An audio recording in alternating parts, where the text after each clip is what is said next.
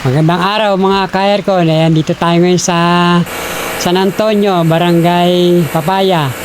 May lilinisin tayo muli na isang aircon split type Samsung unit.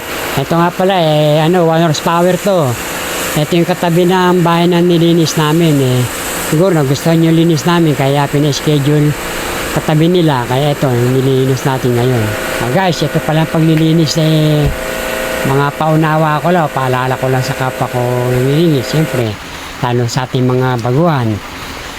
Bago nyo simulan, tanungin nyo muna yung customer kung ano bang diferensya niya, bakit may nanlamig, ganon.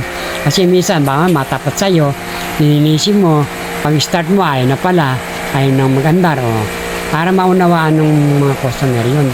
Tira lang tayo ng tira, alam nyo naman yan, paalala ko lang naman. Kasi minsan nangyayari pala sa atin yan Sige, gusto natin agad kumita. Kung ginalaw na natin isang unit, may diferensya pala. Yun lang, paalala ko lang mga guys.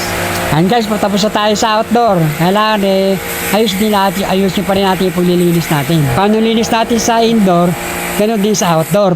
Parang customer magtiwala sa atin ulit-ulit. Maraming salamat sa inyo panonood mga ka-aircon. Hanggang sa muli.